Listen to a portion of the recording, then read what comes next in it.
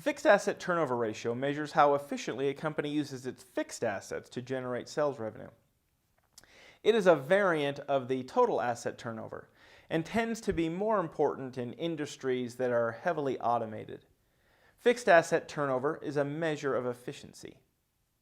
The formula is net sales revenue divided by average fixed assets. Average fixed assets is calculated by taking the beginning fixed assets plus the ending divided by 2. Sometimes you might see a question where only ending fixed assets are given. In this case, just use that number, but realize that in the real world we'd be able to find 2 years' worth of data. This is a ratio where the higher the number, the better. Here is the income statement of a sample company. We'll use the highlighted sales revenue to determine fixed asset turnover.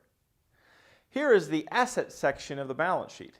We'll use the highlighted fixed asset amounts, which are totaled on the slide, to determine the fixed asset turnover.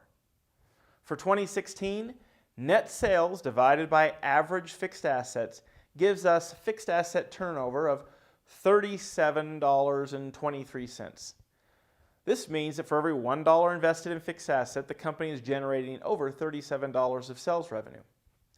It's likely that fixed assets aren't a significant driver of revenues for a company to have such a large number. Service firms like law firms and accounting firms tend to have very high fixed asset turnover ratios.